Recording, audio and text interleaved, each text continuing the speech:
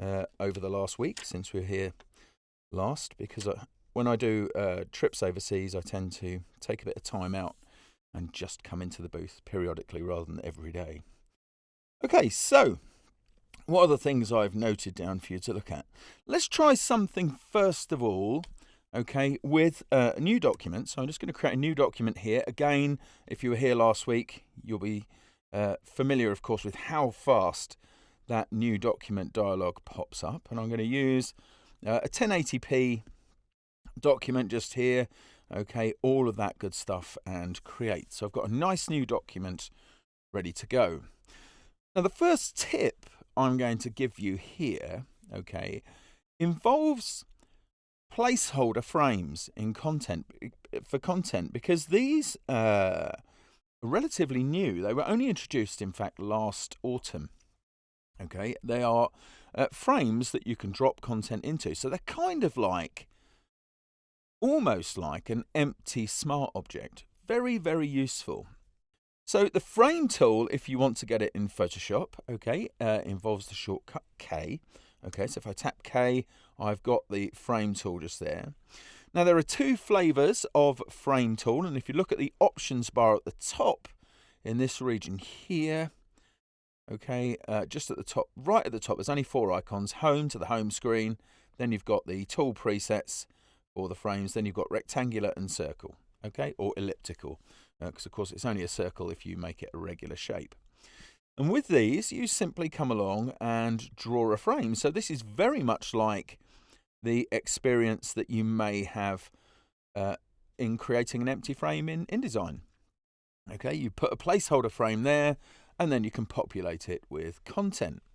Okay, so I'll draw a couple here just for the minute. I'm going to have one rectangular one there, and I'm just going to hold down Shift here and draw a elliptical one there as well. So we'll put that in the corner. Then I'm going to go ahead and pick up some content. So I'm going to go to my Creative Cloud libraries just here for content.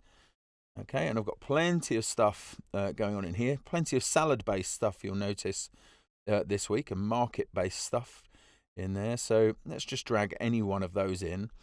Okay, and I'll drop it into that frame. Now, I don't know if you saw when I did that the frame highlighted. Okay, it recognized that there was more than one frame, okay, present, okay, and it highlighted. I'm just going to undo that, okay, so I'll drag it again. Now, if I drag over the elliptical one, hopefully now you can see that highlighting. If I move between the two, okay, then I can change those like so. So you can have multiple frames on there. You will notice that effectively they are, okay, kind of a vector mask layer. Okay, that's kind of how they work. Almost, you could think of them like that. I'll get a piece of additional content here. So I've got some pre-prepared meals that I'll drag into the elliptical one. And you can do various other things with those. So you can apply layer styles to them, or should be able to apply layer styles to them. Let me just make sure that that's working with the latest update. Yes, it is. Okay, so if I just drop a stroke on here, like so. In fact, that's going around the actual content, so very, very odd. It should be going around the frame. Reason it's not. The reason it isn't: wrong piece of content targeted. So this is what I like to call a picnic. Problem in chair, not in computer. But anyway, you get the idea. All right, so you can do various different things to style them. If I added an outer glow, then it would apply there, and so on. So frames, indeed, very, very useful.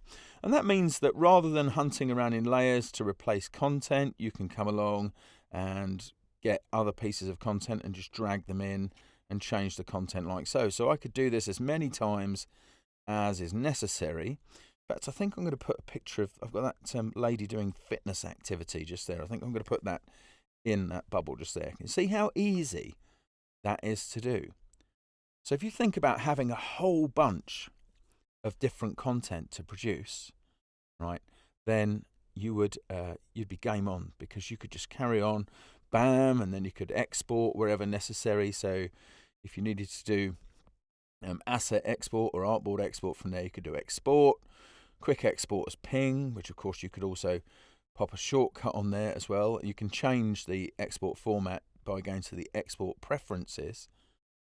Okay, but you imagine if you had somebody said, right, here's person A that's going to be in the bubble, person B that's going to be in the bubble, person C that's going to be in the bubble, and here's 50 images that we need with these frames, and of course any other content you want to go on there, so you might have text content and other things as well. But you could see that you could pretty soon cook up a streak workflow there. I just made up a word, streak workflow. Means lightning streak. Okay, streaking workflow, different thing altogether, right? But streak workflow, new thing. So you could see how quickly you could just get on and do that. So you could just create your own shortcut, which you can do, of course, by going to the keyboard shortcuts on the edit menu, or even do an action for it. Do an action that runs. Okay, so create an action. So those are things you can look into if you've never used them before, right? But they're all things that you could use there and export very, very quickly, and just carry on and just basically drop content in just like that. Wham. So much easier when you've got it as a placeholder for that content. Okay. So I'm just going to remove the bubble layer just there. Okay, in fact, I'm going to remove that one. And let's look at the next thing. So the next thing is something I have done before on live streams, and I've done several times at events. And the idea is to wake you up to two particular things. Okay, the first of which is the camera raw filter. I am a massive advocate for this particular thing. Now I'm going to drag in an image that I used last week. Okay, so here I've got this thing. I think this is from Tennessee, if I recall correctly. But in the options bar at the top, in the width and height fields, between those two things, I don't know if zooming is going to work here, possibly not, actually. But between those, I've got the link icon turned on there. So I know that things are going to be proportional. Now, rather than drag these handles, what I can do is go over either the W or the H. So the zooming does work. And go over the W or the H there. So let me just try and zoom in on that again, just at the top. So between those two, okay, and once I'm over them, I can just mouse down and drag left and right to increment and decrement, or increase and decrease those values. Very, very fast way to work. Now this is by default working from the center. Okay, I'm just going to apply that particular value. Okay, because you can, if you go to the selection tool, there are options you have inside your preferences where you can turn on the option. So if I just do free transform here, I've got this grid of 9 here, the reference point thing. You can turn that on and then just specify a reference point to change it.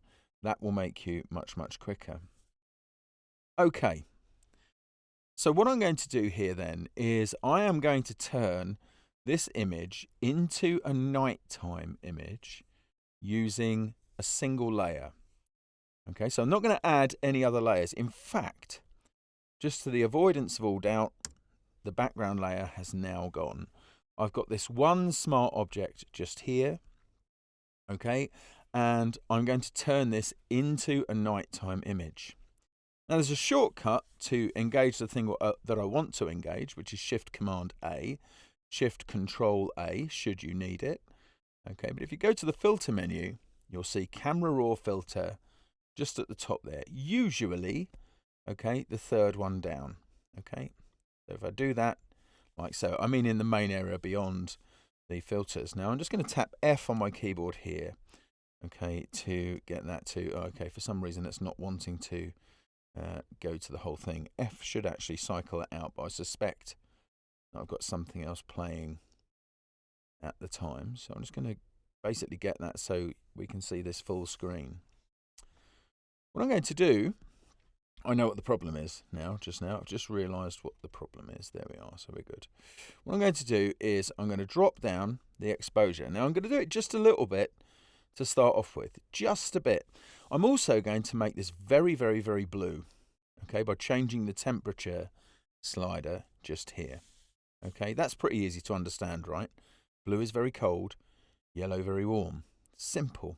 And then you can tune that with a bit of tintage, another new word. Okay, just down there. You can tune between those two things. Now, actually, I'm going to make that quite a bit green there, like so. Because at night time, things become bluer, right, and slightly more green, okay, as light changes in quality. Okay, so I've got a few things there, and that's just fine. I'm going to hit OK. All right. Now, what you'll see in the Layers panel is that I have this, because this is a smart object. This needs to be a smart object to work. Okay, and if this was an ordinary layer, what you'd need to do first of all, okay, is change it to a smart object, like so. And you'll see that I've even assigned my own shortcut for that. Underneath that, it shows me the camera raw filter. So I've got a small eye icon to the left of that. I can turn that off and on to go before and after, like so. And above that, I've got a layer mask, which I'm now clicking on to make it active.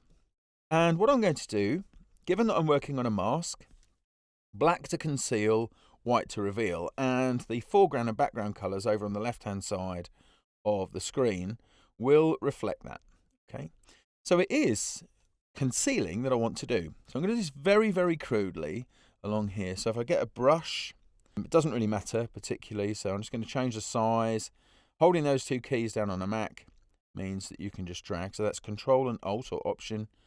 If you're on a Windows machine using a mouse, you can Alt-Right drag, okay, to change the size and the hardness. Up and down changes the hardness, left to right changes the size, like so. So I'm just going to draw across this. Now I need to, just to make it so that you can see it, I'm going to increase the brush opacity to 100% and the flow to 100%. Okay, so we can make some big sweeping changes. So hopefully, and I'm not trying for precision here, right, I'm literally just brushing stuff along.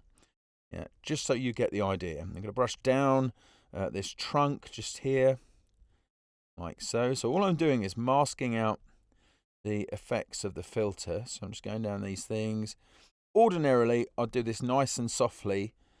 I could vary the opacity, of course, of the brush and do that, but I need you to see the result just for the moment. So I'm just going to do these things here. Now, just to clean up a little bit, I'm going to tap X on my keyboard to swap the foreground and background color over. Okay, just try and remember that particular thing for later on. All right, so X to do that. And then just paint out in the places where I actually don't want this effect to be. Okay, so if I've done that properly, something like that, you'll notice this looks kind of all right, but not as good as it can look.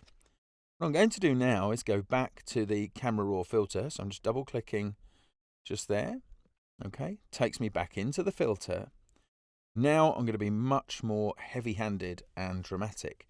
Remember, the view that you're seeing at the moment is the view of the original unmasked content. Okay, that's important. So now I'm going to drop the exposure right down, so it does start to look properly dark time. I'm going to make it slightly less contrasty, because that's another thing that disappears in the night time. I am going to deepen the shadows. I am actually going to deepen down the whites and the highlights. You'll notice that I'm not trying to click either on these little triangle things here. As soon as you hover over any value, you get what I like to call stapler accident finger. Okay, and that's the one with the two arrows pointing out of the side. You can just mouse down and drag. So I'm bringing the highlights down, bringing the black values down, like so. I'm going to add a small amount of texture, okay, and a bit of negative clarity just there. Okay, I'm going to hit OK. And you see now I get the result returned. Now, it looks very crude at the moment because I've had to paint it with just my finger on a trackpad. Okay, but you get the idea. Now I'm going to do something else. I'm going to go back into the camera raw filter, so just double click it in the layers panel. I'm going to choose this radial adjustment from the tools at the top here. Come down onto the grass and then just drag a radial adjustment like so. Okay, now I can reposition that using the center. And what I'm going to do is make sure that the effect, so I'm moving over to the right hand side bottom of the screen, make sure that the effect is being applied to the inside. Then I'm going to lift the exposure just in that area. I am going to increase the green and also slightly the yellow. This is an entirely separate adjustment. Okay, this is a local adjustment rather than the global adjustment. Okay, and because I don't want it to go too far into the distance, at the top of this radial filter dialog, I've got brush here. Now I've got too large a brush there. I'm just going to use my bracket keys just to bring that down. And then I'm going to brush just at the back here, just to change that effect. Now it is possible for me to show you, okay, an overlay, all right, of how that is actually working. There's a whole bunch of different things that you can do here. We could spend a day, okay, working on this thing. You could see a whole bunch of different controls I've got here. But if I hover over something, it's going to define me now and not do it. Let me just change to edit there and hover over the top. I should be able to show you that mask. For some reason, it doesn't want to play. Okay, but if I move it around, you'll see it anyway. Okay, so a nice soft mask. I can hit OK. And now, if I zoom out, you can see the whole thing. But if I change the position of that, you can see I've got this whole lit area just at the bottom there. Okay. So I've got all of that like so, and if I wanted to, of course, I could then introduce some more content. So let me just do that. If I go to my Creative Cloud libraries, just here, whoops-a-daisy, accidentally closed that. Difficult on a trackpad when sometimes. Okay, and I'll just drag in this majestic unicorn image just here. Now this could be interesting because what I'm going to do is I'm going to use the object selection tool, okay, from last time, okay, and I'm going to drag around. Whoops, it's in lasso mode. I'm going to change that to rectangle mode, drag across there like so. Let's see what it returns as a result. Do you know, that is not too bad.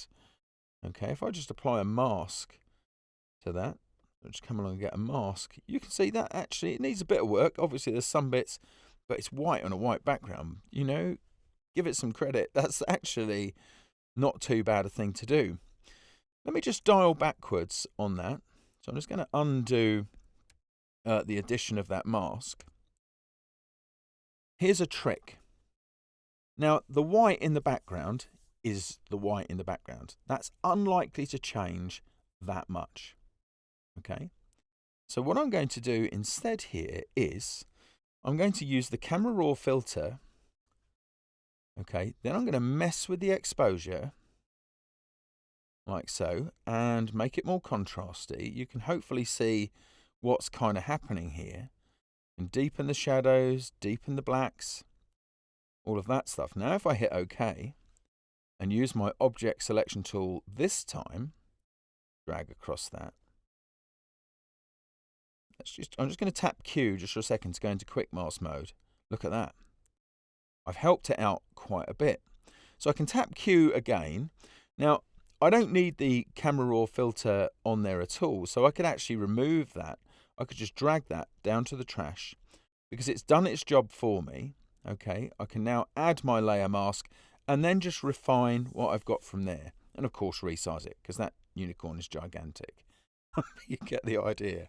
Anyway, that's one of the things I wanted to wake you up to on there. I'm going to create another new image now. I'm going to go with 1080p again, and I'm going to drag in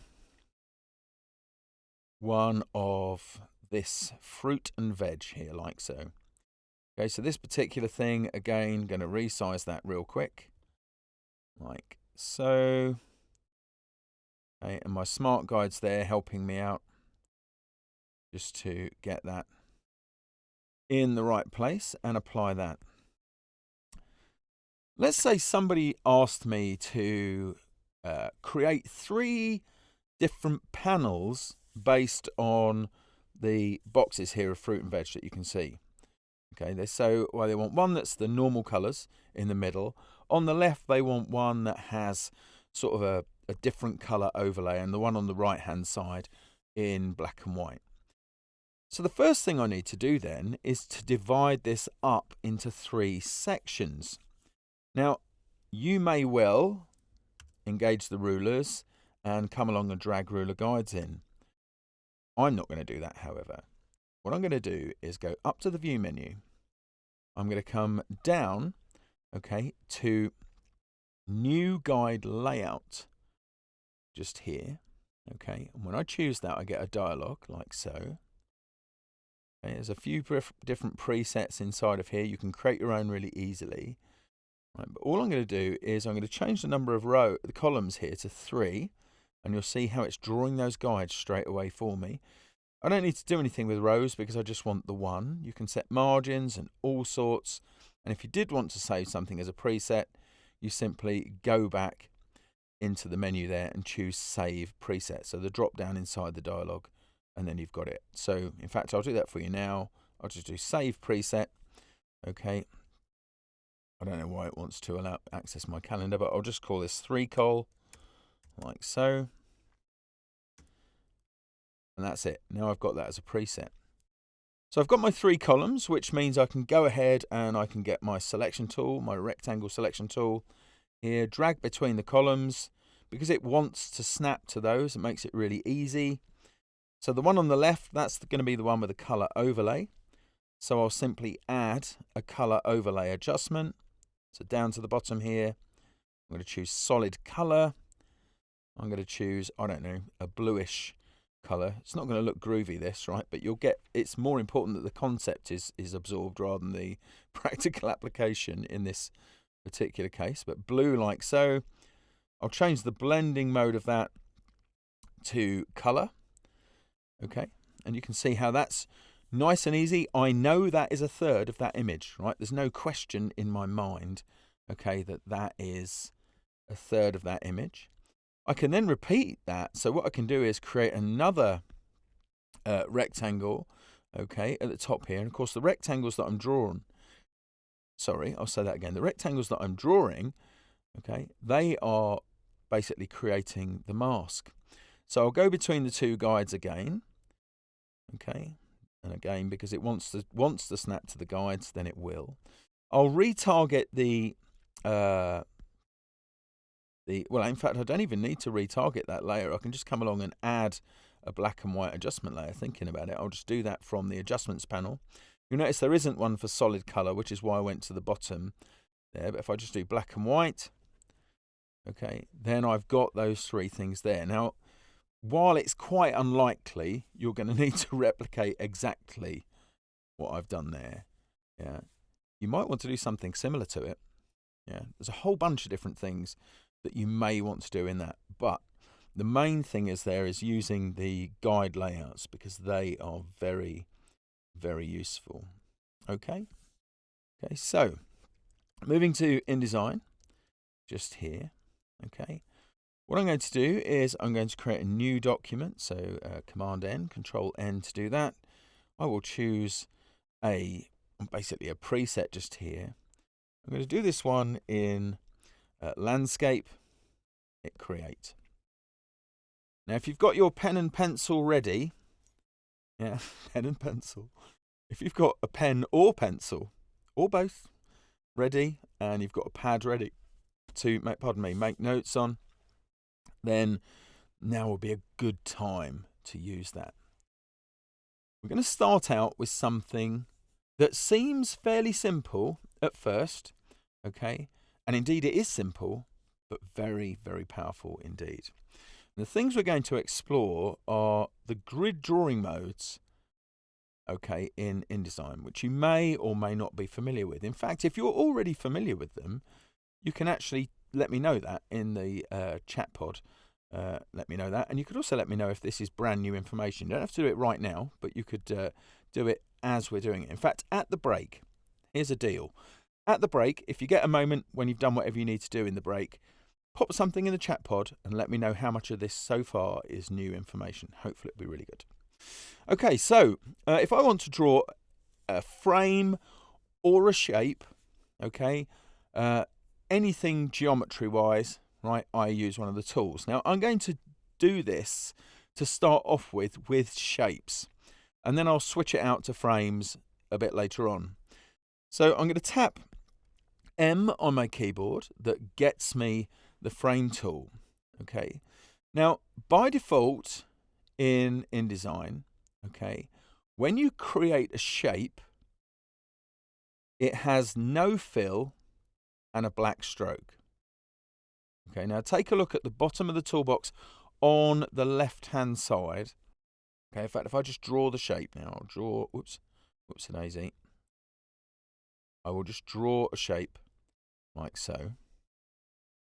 Now you'll see that if I tap X on my keyboard, you'll notice how it switches between the fill and stroke.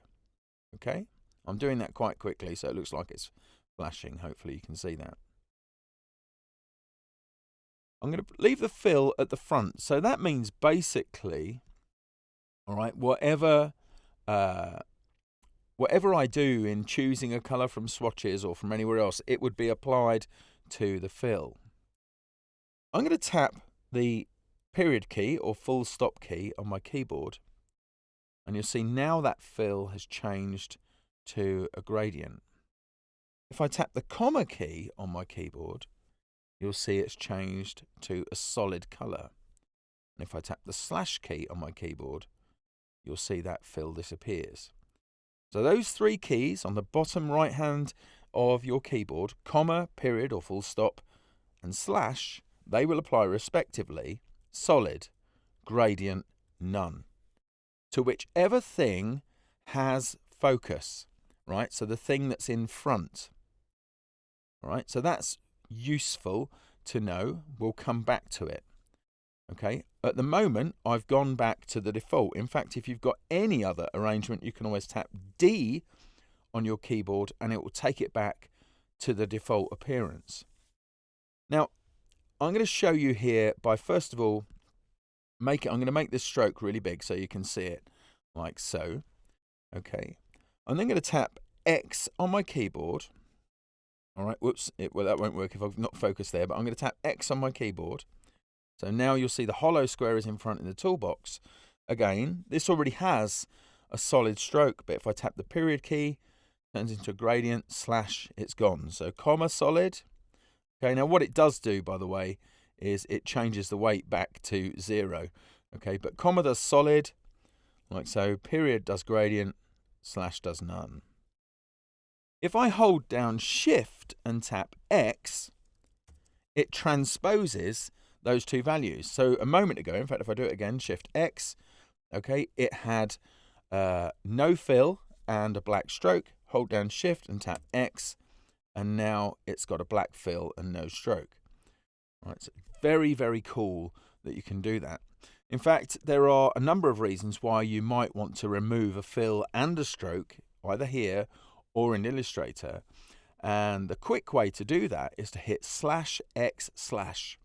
So slash gets rid of whichever is in front, the fill or the stroke. X swaps it over, so you've got the other attribute in front, and then slash kills that one off as well.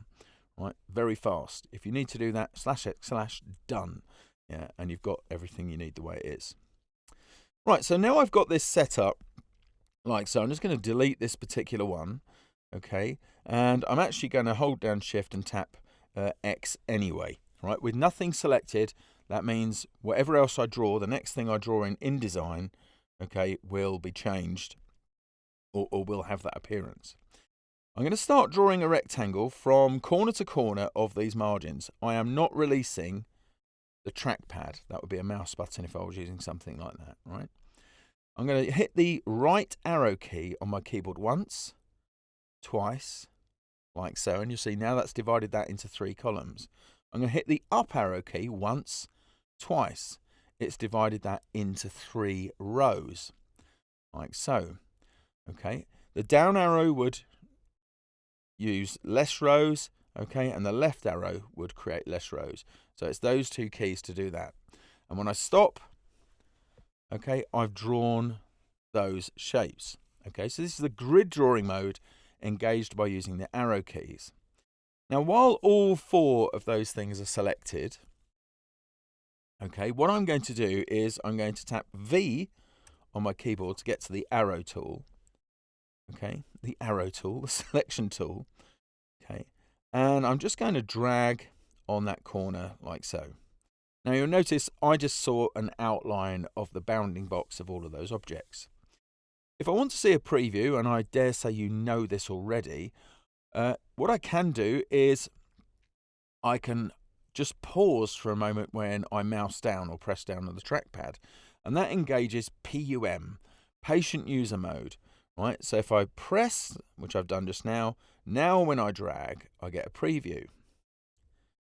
So if I wanted to resize these, if I wanted to change the gaps in between them, so if I resize like this, okay, it would change the objects. However, when you're dragging, if you hold down the space bar, it switches into gap mode. And then I can modify the gaps.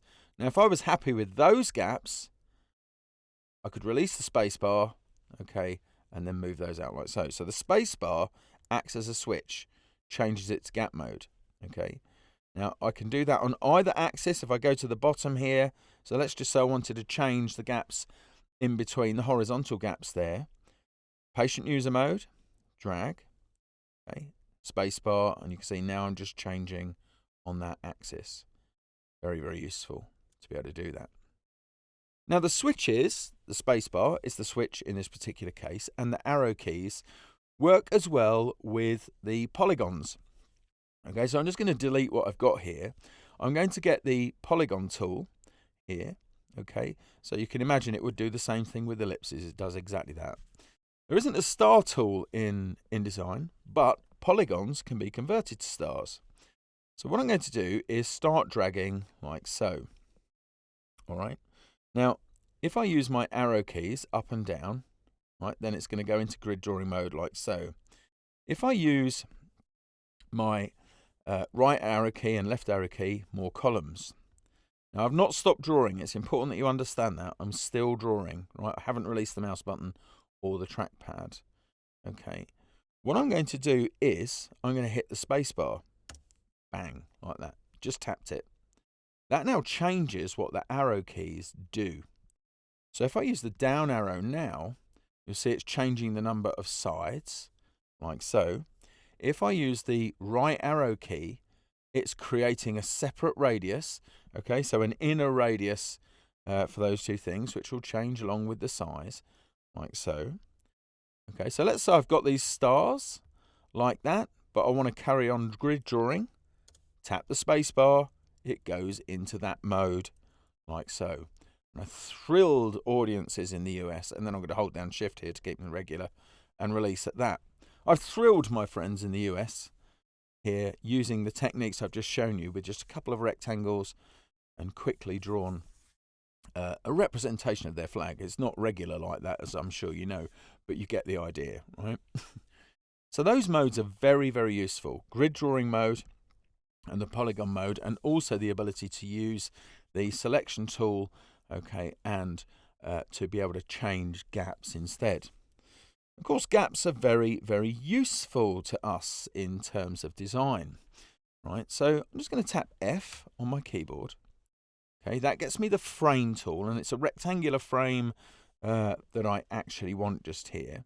And I'm going to drag from corner to corner on my margins, use my right arrow key there and my up arrow key to introduce more columns, okay, like so. Now, if you're drawing, if you were thinking about doing this task yourself, the step and repeat will do some of these things for you. But do you know what? Most users I see that do this, they draw a rectangle, right? Then they create two more rectangles and they align them there to create a row or a column, whichever way they feel like doing it. And then they select those and then they duplicate those going down, and then just make sure they're aligned. Loads and loads of things like that. That can take them sometimes minutes to do that stuff, several minutes. Yeah, you can see here that we can do it in seconds. Now, some of my friends in magazine publishing, yeah, they say that by this one thing alone, yeah, being able to, because they have to lay stuff out in grids all the time, yeah, saves them so much time. They get so much of their day back, okay, for doing this. And there are other schemes that you can create, and I'll show you one in just a moment. I'm going to turn on auto fit just here, okay, at the top in the control strip. You can do that elsewhere as well. Okay, so I've got those things there, like so. I'm going to go to my Creative Cloud libraries, and it's bought exactly the right library that I want here. And I've got some market images just down inside of this library, just some ones that I'm not sure if I'm going to use them yet. Okay, but so they're all not like, most of them are not licensed, some of them are licensed. But I'm just going to pick out some images here that I might want to use. I'm going to hold down the Command key to select things separately while I'm selecting. So I'm going to target this first one down at the bottom here. I'm going to move around. Okay, I think I'll pick up that one. That's a nice happy image. So that's 2. The one above it, 3, same model. That one there, 4. The one above it, 5. Let's scroll up a bit. Let's have this vendor here, 6. Let's choose those vegetables there, 7. This selection of veg there, 8. And in fact, I think I'll have the table of veg there, 9. There we go. So I've got those things. I'm going to drag those into the layout like so, and they'll be populating now my cursor, ready to go. I'm just going to pan around a little bit here. One of the advantages of using a trackpad is that I can just switch to 2 fingers and pan around very quickly. Okay, that's why I love them. You can use your arrow keys once you start placing. So if I place one here and now use my arrow keys, you can see I can cycle through them. Well, it's a weird quirk that it does that, right? And you can always undo to go through those steps. This is one of those things that unifying undos, okay, has not worked well. Okay, but you can technically just undo what you did and pick it up again. So I'll just place a few things here. I'll place the vendor here in the middle. This one here. Let's go for this one down here. We'll have this model here because I know I've got another one there. Some veg there and there, like so. You can see how quickly they're placed. Okay, now auto fit is on for all of those things. So they're going to change as I make modifications. I'm going to tap U on my keyboard. That gets me the gap tool. And this enables me to work with gaps.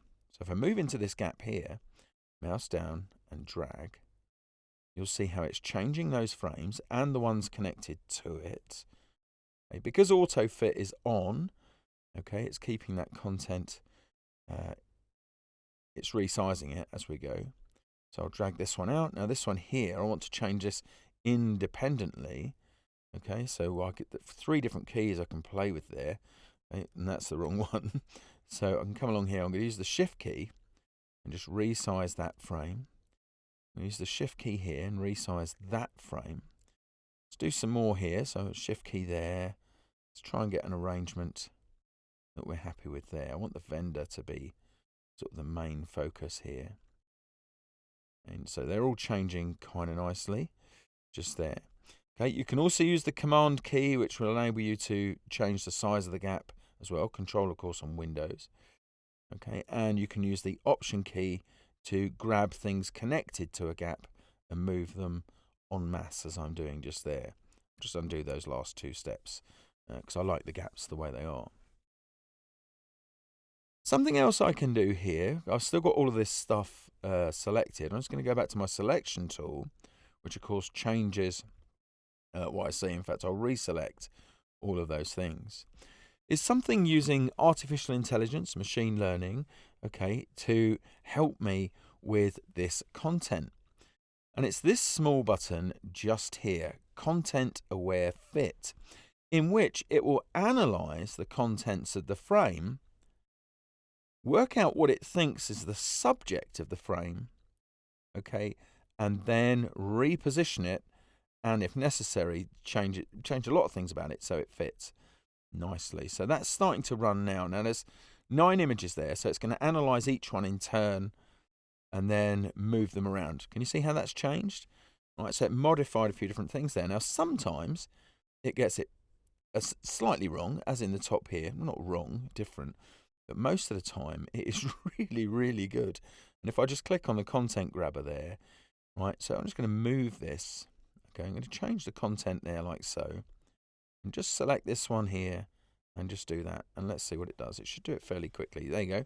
Snaps it straight back in to place. Really nice thing to do. If you need to get a layout together quickly, you know, it makes it very, very easy to do that. I'm not quite sure why Content Aware Fit thinks that's good. I mean, it'll be looking at a few different things to do that, but of course this is it's not going to know my mind, right? So, well, at least not yet, and if it does, unlucky. Right, so what I was going to do was going to tell you that you may be writing things down very, very quickly. You may then rush, have a break, watch the stuff in the next bit, okay, and then later on look at your notes, maybe like, you know, later on in the week or whenever, and think, oh, what was that thing again? Here's something that lots of people really love. Go to the window menu, make your way down to utilities, okay. You'll find this handy thing.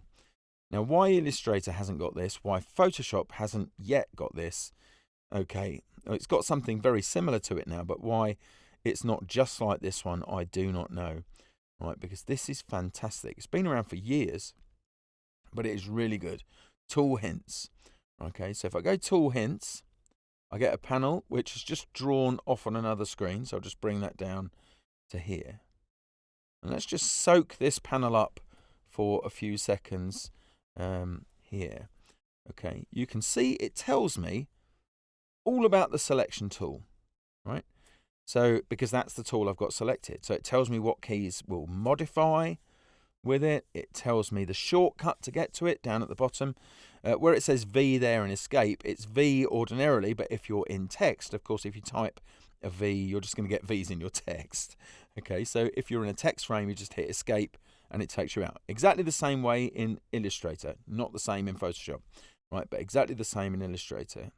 Now, if I tap U for my gap tool, you'll see it swaps out to the gap tool. It says this is what it does, so it tells you what it does.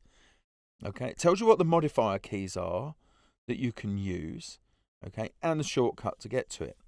Let me try the content collector just here. So if I tap B to get to the content collector tool, we can do that after the break.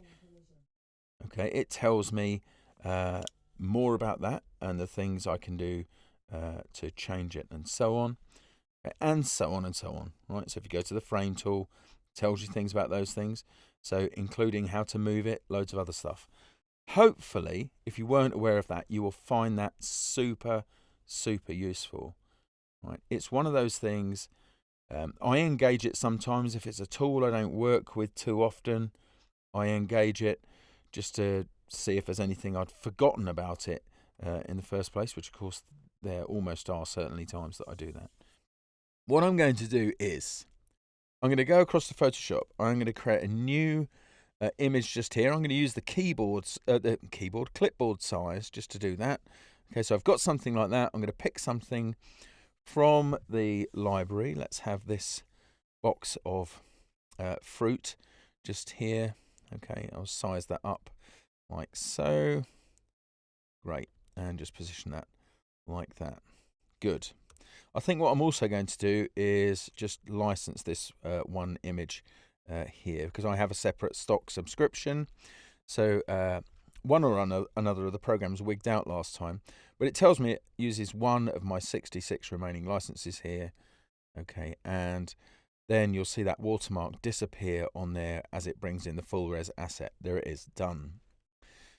I'm going to save this file in a moment, but first I'm going to do something to this image in isolation. Now, if you want to tag up the metadata for a whole bunch of images, then Bridge is the best way to do that. You can use Adobe Bridge, you can separate loads of things out, select a whole bunch at a time, apply a metadata template and all of that good stuff there if you need to do that. But I'm going to do one on a particular file. So I'm going to go to the File Info dialog here in Photoshop, so it gives me some information.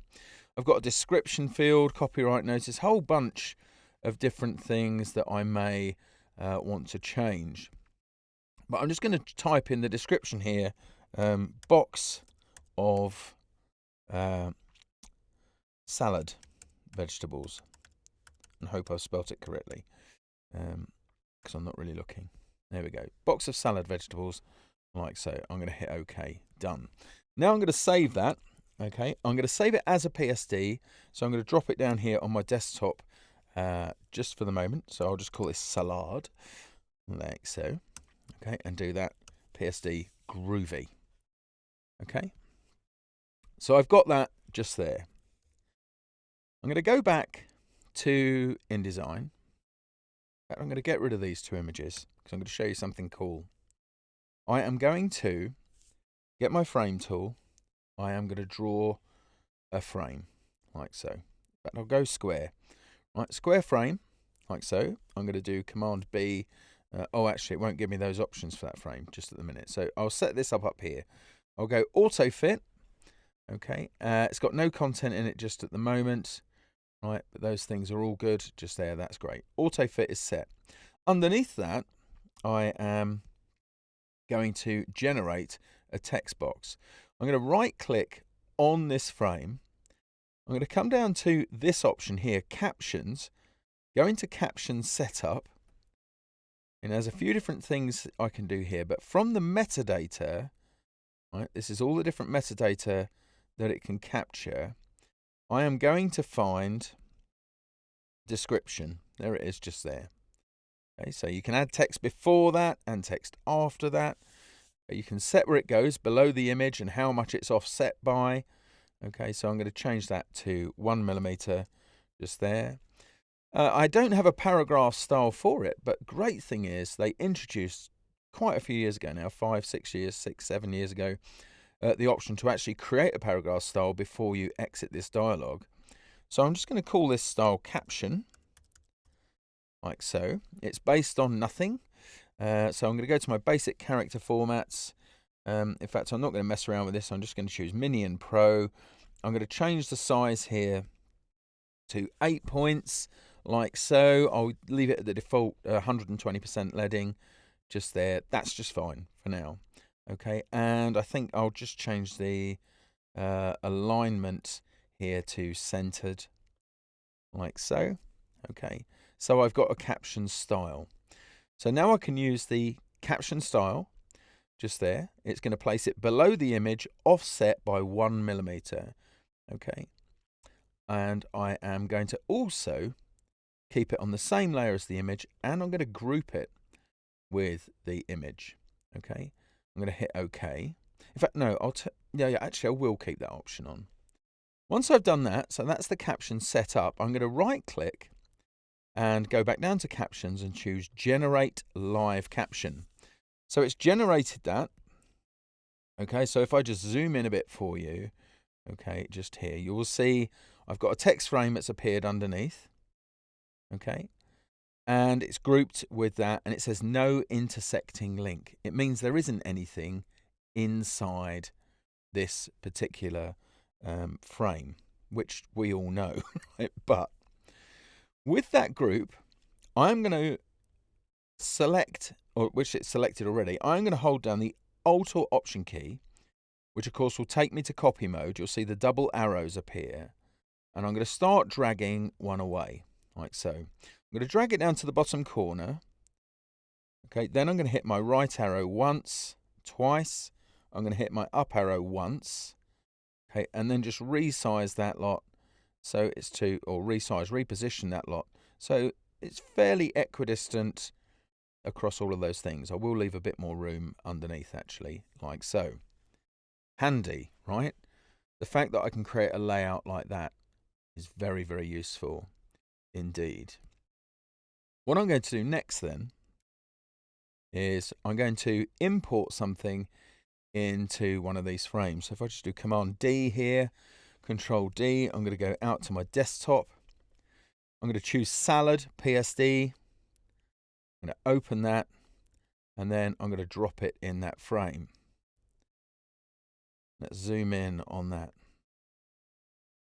You'll see that it's captured the metadata just there and populated, okay, that box underneath. So it now says box of salad vegetables inside of that frame. So it's bringing in that metadata, and you saw all of the different bits of metadata I could bring in. Now, I don't know what the size of your organizations are, you may be working on your own, you may be working as part of a print unit in a printers, you may be working as part of a print unit in a larger organization. But metadata and tagging, so that people can find images, because just calling something salad box doesn't mean anything. Most systems need you to search based on certain keywords that you may apply to it. So it's quite heavy in large organizations for metadata tagging and enforced rigorously. Okay, so I'm just going to choose, how many have I got here? 1, 2, 3, 4, 5, 6, 7. So I'm going to click on this one here. 1, 2, 3, 4, 5, 6, 7. Shift click just there to select those 7 contiguous files. Drag those in and then start popping these down. Now, actually, these haven't got, I thought these would have descriptions built into them, but they haven't, right, clearly, as we can see. Now, is that something I can change? Quite possibly. I could select all of those things, right click. I'm not guaranteeing it will, but I'm going to give it a go. I'll go to Caption Setup. And what I'll do instead is I'm going to choose Title, because that's the other place I would generally look, okay, for something like this. If I choose Title, and then if I right click and choose Generate Live Captions, no, actually I don't need to do that, it's already on. No, it's not doing any of those things, so none of that metadata is present. I could choose something else, I guess. If I go to Captions, Caption Setup, this time if I choose, let's choose size or something like that. Go for size, just there, do that, boom. And still not giving me that information. That may be because they've come from Creative Cloud libraries and they're not licensed, so they haven't got that information on just at the moment. But I'm sure you get the idea. If you're doing one of those sort of corporate report things where you've got headshots and all of that sort of stuff, you were creating the frames underneath for that and then duplicating them across the layout. Really sweet way to do that. I'm going to create something else now. So what I'm going to do is close that out. Okay, I've got a note here to come back to the content collector tool if I get a chance. Okay, it's that time of year, right? In fact, it's very late in that particular time of year where people start thinking, oh man, we've got to get a calendar out. Now, people who make calendars, they're already doing 2021 and possibly beyond from there, at least starting to think about them. Yeah, but for organizations that are doing their own calendar, printing their own thing, then they typically start doing that about now, because somebody remembers that a new year's coming along fairly quickly, and and they need to get something done. And I'm sure we can all share that particular experience.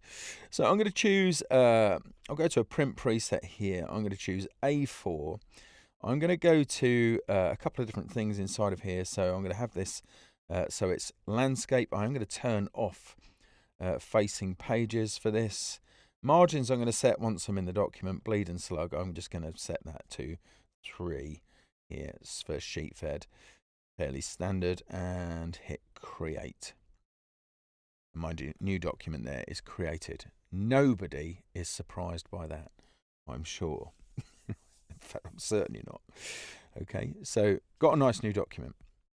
I'm going to build for you, okay, a calendar just here, okay, in InDesign, okay, very quickly.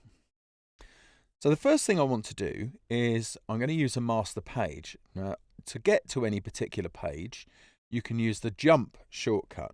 It's called the go to page, but the reason I call it the jump shortcut is because it involves the letter J. Command on a Mac, Control on a PC, J.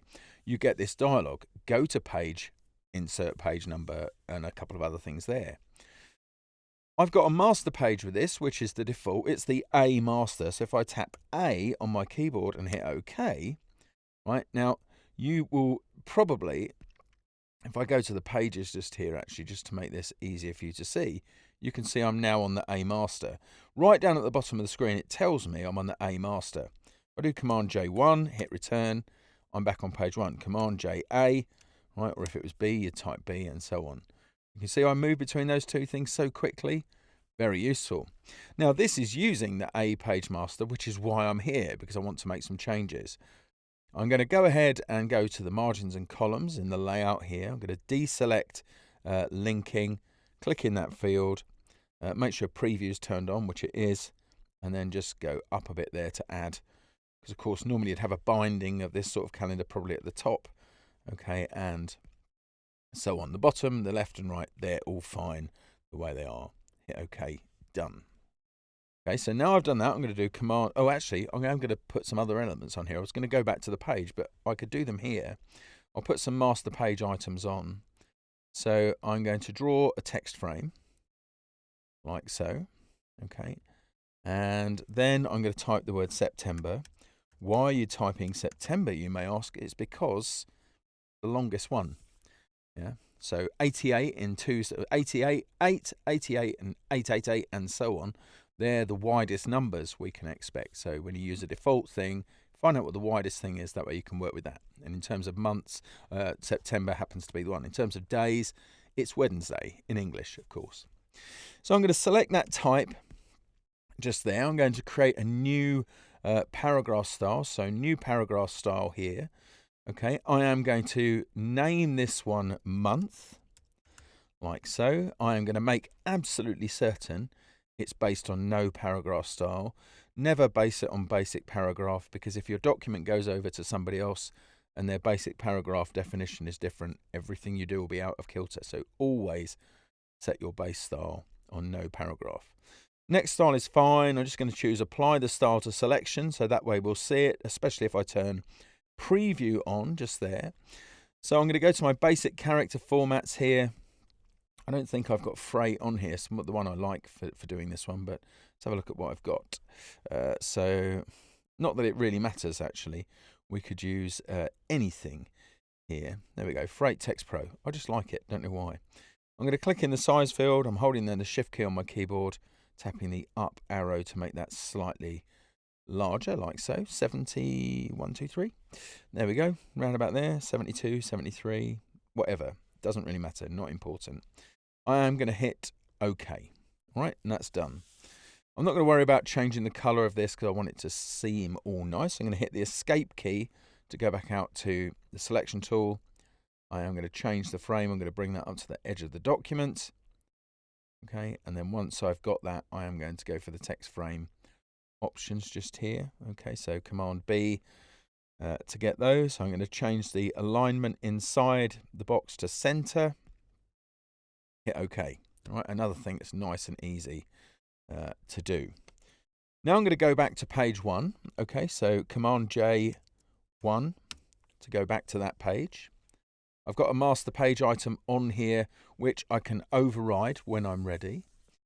Then I'm going to create a couple of other styles here as well. So I'm just going to create a small box here, like so, just about that big. I'm thinking of roughly around 1/7 of this width. In fact, if I did that, if I dragged across like so, okay, and then went into the properties for this, right? So I actually want the size here. So I'm going to hit escape. So I've still got a text frame, all right, and then I'll have the width and height here. So in the width field, I'm going to click there, and it tells me it's 271.6 millimeters. I'm going to type a slash for divided by and 7. Okay, hit return. So now I know I've got something that is 1/7 of that. I can then double click in that. Okay, and I am going to type the word Wednesday in there. Okay, I'm going to select all. And I am going to apply or create actually a new style. So if I go to the paragraph styles here, new style, and I'll call this one day there. I'm going to have this one based on month. Now immediately, that's going to, no surprises again, overfill that frame like so. Okay, but if I come into the basic character formats, it needs to be significantly less than it is at the moment. So I'm going to start at 21. Here, that fits kind of nicely. In fact, I might come down just a shade from there. I'm going to go for 19. I am going to change the alignment here to centered, like so. Okay, so I've got that, right, and that's nice size. That means if anything changes about month, then that change will propagate down to the shared properties, right, with the day. Yeah, so that's what will happen just there. Yeah, again, no surprises to be had just there. All right, so I'll hit OK. Now I'm going to type a number just here. Well, months don't go up to 88, but I'm still going to type 88, like so. And I am going to create another new paragraph style. Nearly said character style, new paragraph style. I'm going to call this one date, like so. Okay. Again, it's going to be based on something, so based on day. So I've got that nice hierarchical thing there. I might change the size slightly here, so let's make this a bit larger, like so. There we go, something like that. 29 I've gone for, that's fine. The only other thing I am going to do here is I'm going to come down to bullets and numbering. I'm going to change the list type to numbers, okay, so you can see what's happening just there. And then I'm going to come down here into the numbering style options, right? So I've got format, that's fine, I want numbers like that. But in the number field here, I've got two grep, that's global regular expression parser or global regular expression print language things, right? The $T, that means tab, okay? That's what it will do. So I'm going to hit delete to get rid of the T, delete to get rid of the caret, yeah? I'm then going to hit delete to get rid of the period. So the caret octothorpe or hash or however you want to say it, that basically means number, yeah? And that's exactly what I do want there. I want a number, nothing else, okay? I'm going to hit tab and you'll see that that changes. Now the 88 is there, the text, but before it is the 1. It's only the 1 I actually want, okay? So now I've got a style for that. And what I will do here is the character color. I'm just going to change that to a tint. I'll drop that down to 30% there, like so. Hit OK. Now I'm going to delete the 2 8s that I put in there and just hit a space. So that generates me a number 1. Okay, we're all good on that, I'm sure. Okay, so I've got that. I'm going to hit escape, takes me out of that, and I'm going to hit delete. So I've got those 3 styles that I'm using there. Okay, 3 styles that are there, and I've also got the sizes that I need. So those 3 things together. Good. Right, so I'm going to create another text frame. Basically draw my type tool here. I'm going to draw a text frame out from margin to margin, more or less. In fact, I'll just try that again, this time with feeling and with the actual type tool active. There we are. I'll draw that out like so. I'm going to go straight up to the table menu and choose Insert Table. And what I want to do here is I want to add 6 body rows. I am going to add 7 columns. Now you might be thinking there is no month that we have that begins with, that has 6 weeks in it. You're right, but you do have 5-week months that span over different things. So, you know, thinking ahead and all of that stuff. I would also like 1 header row. Header rows, of course, repeat wherever a table is just there. That's groovy. We're done on that score. It will draw the table. So I'm just going to drag select across all of the body rows here. Of course, the row at the top is a header row. I'm going to change my sizing. I'm going to set the vertical sizing to exactly, okay, and then I'm going to dial up a size for that. And I think I've gone a bit too keen there, so I'm just going to use my arrow keys. That's not too bad, although I do need a bit more room for the header, so I'll maybe change that to 24. Then I'll select the header row. Again, I'm going to choose exactly here. I don't want any surprises. Okay, and let's just increase that a bit to bring that down to the bottom, more or less. Okay, fab. All done. Just there. Now, it so happens that I have a text document here with a series of values, Monday, Tuesday, Wednesday, Thursday, Friday, Saturday, Sunday, all separated by a tab. I'm going to copy those, okay, and then I can pretty much quit that because I don't need it. I'm going to come along here to this first cell, header cell, and paste. And they've all pasted into one cell, which they shouldn't do. Let's try that again with the row selected. There you go. Happy days. Now I've done that, I'm going to set up a cell style for these. Okay, so I can create a new cell style. I'm going to call this weekdays. there like so. I do hope you're enjoying this, by the way. Weekdays, and the only thing I'm going to do here is change this, okay, so that it uses the day style. If I turn on preview just there, that should be doing that. Let me just change it around. Weird. Okay, maybe when I commit the dialog, it will just go ahead and do that. So we'll choose day just there like so. Weird, it isn't. Not to worry. I'm going to use quick apply. Okay, so command return for that. Okay, I'm then going to type DAY, okay, and hit return, and it's done it for me. Right, so I could always use quick apply if that wasn't behaving too well. I'm then going to select all of the body rows. Now, if I can't see them all on the page, one of the ways I can do that is to go to the object menu, come down to select, just here. In fact, if I'm in the table, should actually allow me to do all body rows.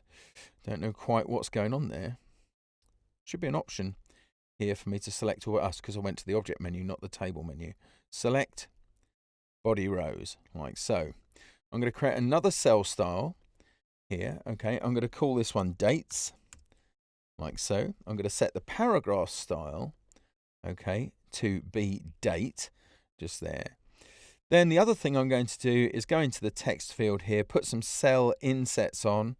Okay, I'm going to unlock the options to keep them together. I'll add 2 millimeters, 3 millimeters on the bottom, and probably the same on the left-hand side. Okay, so they're going to be aligned down to the left like so. Hit OK.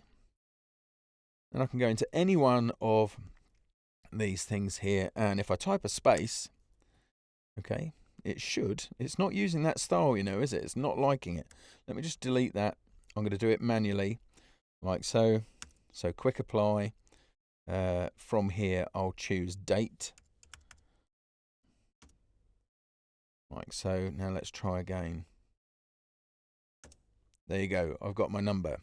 Now I've also noticed there's a slight glitch there with the paragraph style in that I forgot to change the alignment back to left. Right, so there's something very odd going on there, but I'm not too desperately worried about it. And actually, if I applied the actual style there, which I didn't do before, I thought I checked it for selection, then that would be working. But for now, it's fine. The other things we can iron out amongst ourselves. So I could, for example, select all those rows there, change their alignment down to the bottom, okay, and then to the left-hand side and so on. So that's easy enough for us to do to fix, okay. So that space is the thing that's doing the work. So I'm actually going to select that cell and copy it. Right, so I'll just actually do that from the menu system. I did it via the keyboard, but I'll still do it there. So I've copied that. I'm then going to hit delete. So it clears the content of that cell. I'm going to come down to the bottom. Okay, I'm going to use the shortcut command 9, right, which is the insert rows command. Right, you can find that inside the table menu. And I am going to add in 48 rows, okay, below the current set. Right, so boom. I do that. Immediately that I do that, the outflow port on the text frame suddenly goes red and says, I've got more content in here than I can actually deal with. That's fine as well. I'm going to go back to my selection tool. Then I am going to click on the outflow port. Okay, and that text is now inside of the cursor, right? Now, the frame that I got it from is still selected, so I'm going to hit delete to get rid of that. I'm then going to move my cursor up to the left. I am definitely not going to click until I've held down the Shift key. That puts this into auto flow mode. That means it will generate as many pages as are necessary, okay, to exhaust the content. So holding down Shift, if I click, you should suddenly see, okay, that now I've got a whole lot more in terms of pages. Okay. Now I'm going to need to generate a few more pages, obviously, because I'm going to need 12, strangely enough, in there. But the way you do this is by moving frame bits around and then working on the last bits at the end using the same master. So I would then work my way through these things. So again, I'm going to select all body rows here. So table, select body rows. So it's got all of those, and then I'm going to paste. Command V. And it pastes that space, just the space, on its own into all of those cells. If I come out, you'll now see that these are numbered. Then you just have to work through the calendar, okay? So basically, let's say that January, what I'm going to do is hold down Command and Shift, okay, and click on that master page item there to override it. So let's call it January. There, like so. Let's say that January begins on a Thursday. So I'm going to double click there to get those frames, hit delete to remove that content. The numbering starts there. Now, in my world, as in yours, okay, January then ends at 31, okay, which is a Saturday. I'm just going to clear the content in the other cells. I could also, if I wanted to, okay, just basically move the page up from there. I've got my 31, so that means the 1st of February, okay, is going to be on Sunday. So I move through to the next page. Okay, Command Shift to get that option there. All right, like so. And what did I say? It was on a Sunday. Yeah, so I'll select those cells and clear them. Now, of course, it's not the 32nd there. So what I do is I right click and I choose Restart Numbering, and it carries on from there. And there you go. And you just basically work through that. You can delete the empty rows if you need to at the bottom, but you've got flexibility with those things there. So what you could do, let's, for example, because that finishes on the 28th, I could then resize this frame, which means the cells would move across into the next page and so on. And hopefully you get that. Right, hopefully you can see, but that's a very, very handy thing to do, and it means you're in control of what appears, okay, in there. Rather than using a script to do it or other things, you can make that work however you want to do it. All right, so great thing to do. If you can watch this again, don't forget on the channel when the recording's there. There is an existing recording there, but it's got a little bit of a glitch in it. I noticed just a little while ago. So there'll be a new one coming out shortly with a double page layout and a few other things as well. But you've at least seen this technique just there. It's crazy. Let's have a look here. That's really good. So Nicola, relearning after an 8-year hiatus, coming back to, oh, fantastic. That's really good. Nice. And Julia's enjoying this, loving it. Fantastic. Good. This is what we want, those things. One more thing in InDesign, right? Then we're going to go across into Illustrator. Okay, so I'm going to close out that document just there. I'm going to create a new document using exactly the same template as the last one done. This works in Illustrator as well. So rather than doing Command-N, clicking, or Control-N, clicking, hold down the Alt key and Command on a Mac. That would be Option key, Command on a Mac, Alt-N, Alt-Control rather on Windows, and tap N. And it just creates a new one from the last used template. Now I modified that thing there, but you can see I've got a new document straight away. Boom, like that. Good to go.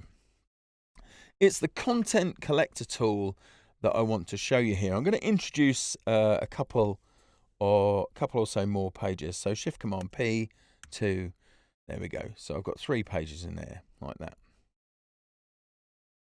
Good. I'm going to introduce some content. So I'm going to use my Creative Cloud libraries for this. So let's just bring in, I don't know, let's have some salad-based stuff there like so. You can go ahead and just create a whole bunch of things, drag those in when they want to come in. Here we go, let's get those in there. All right, so they're all loaded in my cursor, and I can move through, pop a few different things on there. In fact, I'll leave it at those 2. That's good enough for the purpose of this example. So let's put text frame in here as well. Let's pop a bit of text on. Okay, I'm going to type exactly what we're doing. Right, content collector. I wonder how many of you are using this already. Very curious. Okay. so let's have a look. A few different things I can collect here. Oh, I also want to create a group.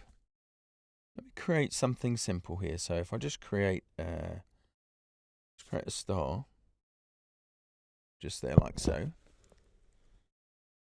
Okay, so I've got a star going on, and I'm going to hold down Shift, tap X just to fill that with that, and I'll choose a color here. Let's have a yellow like so, and then I'm going to tap L to get my ellipse tool. I am going to hold down the Alt Option key there to create a shape there. Let me swap that over. Okay, and I'm going to send that to the back. So that's Shift Command left math bracket there. Okay. Right, so not the parentheses that are associated with the number keys, the brackets to the right of the P key on our keyboard layouts. So I've got those two things together. Yeah, that'll do actually. I'm going to select those things and group them, Command G, like so. Okay, good stuff. Got that going. Now I'm going to get my content collector, B. Okay, now when you tap B, the content collector window opens at the bottom of the screen. There are two modes. There is collect and distribute mode. Okay. Ooh. And what you can do is come along and click things. It says collect page items using the content collector tool, then place them using the content placer tool. Now the toggle between the two things is the letter B, right? The icons are down at the bottom of the screen. They'll also be reflected in the toolbox, right? But this is in collection mode at the moment, so you can see things going into a basket. So if I pick up this image, I've got that. If I pick up this image, I've got that. If I pick up the group, I've got that. You'll notice this has something slightly different. It has this small downward arrow with an ellipsis above it in the content collector. That tells you there is more. Yeah. If I drag across a couple of things, right, I get those. You can see again more, and it shows me two in there. And if I collect the text frame as well. Okay, now I'm going to tap B to go into placement mode, distribution mode from here. Now, imagine you were working on a publication. So I did a lot of work in catalogs years and years and years ago, about 20 years ago, actually, no, not far off, and for a few years. And in the catalogs that I worked on, quite often we had to produce or have a small screenshot, sorry, not a screenshot, a small version of the cover throughout the magazine, right, throughout the catalogue, urging people to subscribe to future catalogues and so on, those sort of things. So, you know, and sometimes they were images from so-and-so. And each month on the monthlies and each quarter on the quarterlies, that image would change, but you'd still be placing the thing each and every time. Yeah, so that'd be really good. I'm just wondering whether to do this on another page, right, or whether to do it on the same page. And I'm thinking another page just for the minute. So I'm going to go down to the next page. Okay, I've got the first item selected just here, which is this salad bowl. Okay, and I'm simply going to click. Right, now it places that, and you'll notice that the cursor has changed. You'll also notice, okay, that the number of things in the basket, in the collection basket, let's call it a basket, why not? Okay, has changed. That's because the mode it's in at the moment is place and remove from the conveyor, right, which is the correct term for it. And you can change that down here. So this is place, remove from the conveyor, load next, right? The next one is place multiple and keep it in the conveyor, right? And the next one is place, keep it in the conveyor and load next, right? Let's choose that option first, right? So that means when I place this image here, it's going to load the group. Bang, like so. You can see that? Now, maybe I want to place multiple of these things. So if I just choose place multiple and keep in the conveyor, right? So this time I'm going to drag to place a few different ones here, like so. Okay. Whoopie-doo. You can see that. And I can use my arrow key to move on to the next one. Now the next one, of course, was a selection of two things together. If I drag out like so, you can see both things are represented together. What about if I only wanted the first image, which I no longer have in the conveyor, right? Well, what I can do is I can come along here and click to get into that group, right? And then I can pick up the next item and place that on its own. Clever, isn't it? Does take a little bit of getting your head around though if you've not used it before. Okay, so just a thing. Oh, I've just noticed a thing in the chat there. I'll get to that in just a moment. Okay, well, I say just a moment. I'll get to that just before we wrap up. Okay, so I can get to that.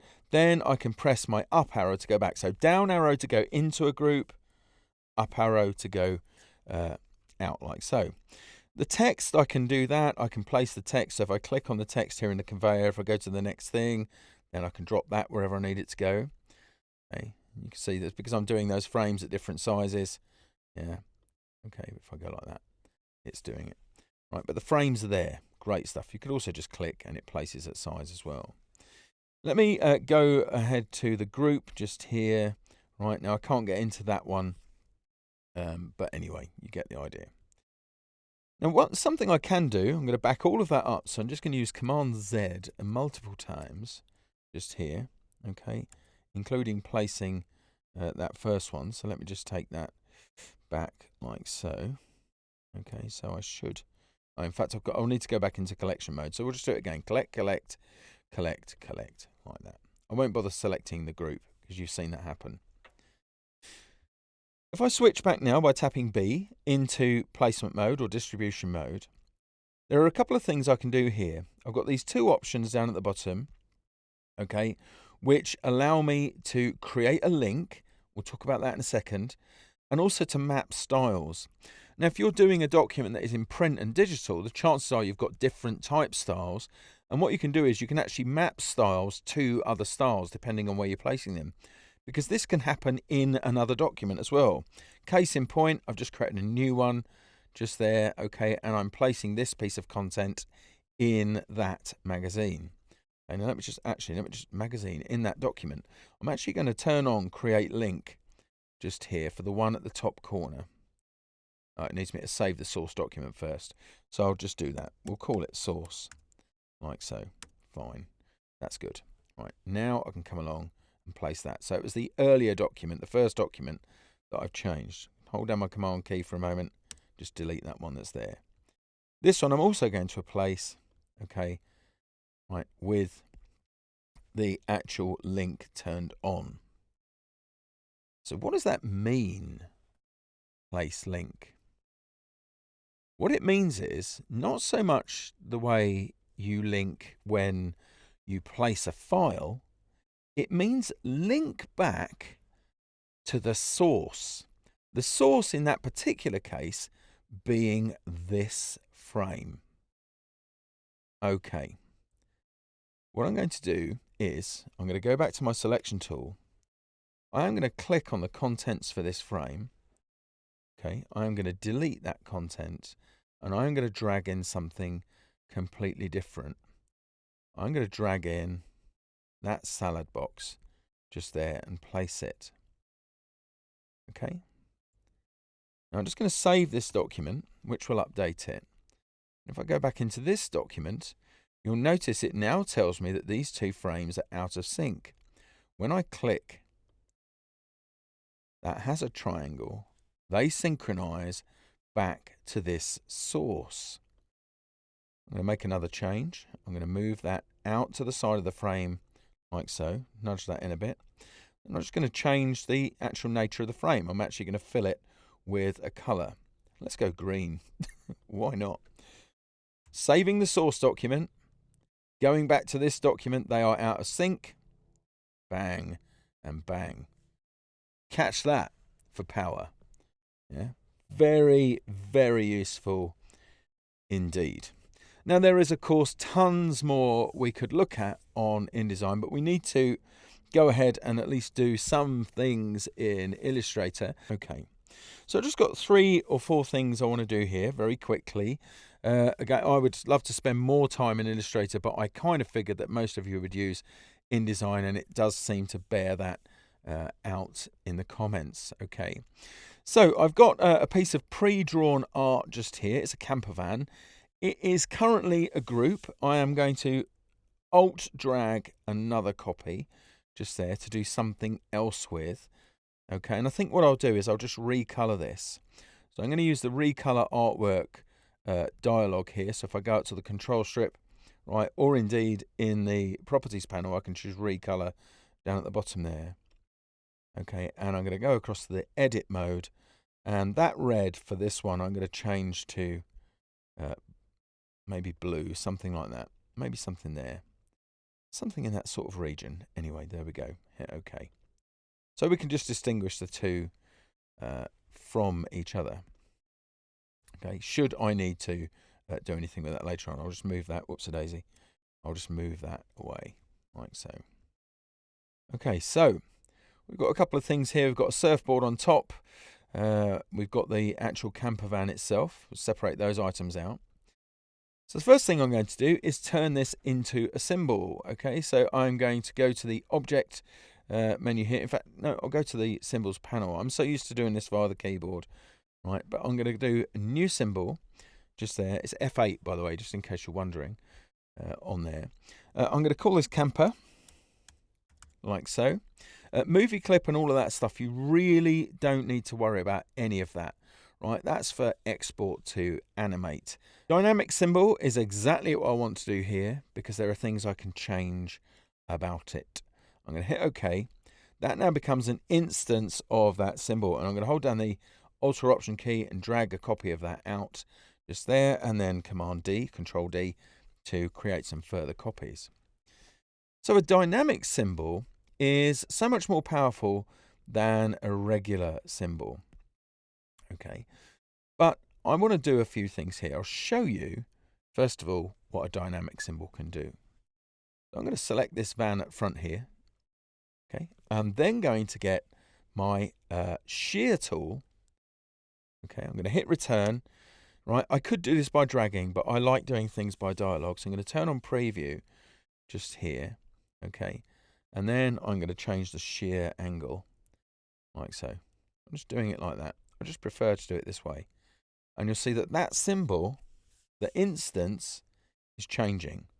Regular symbols doesn't like doing that at all.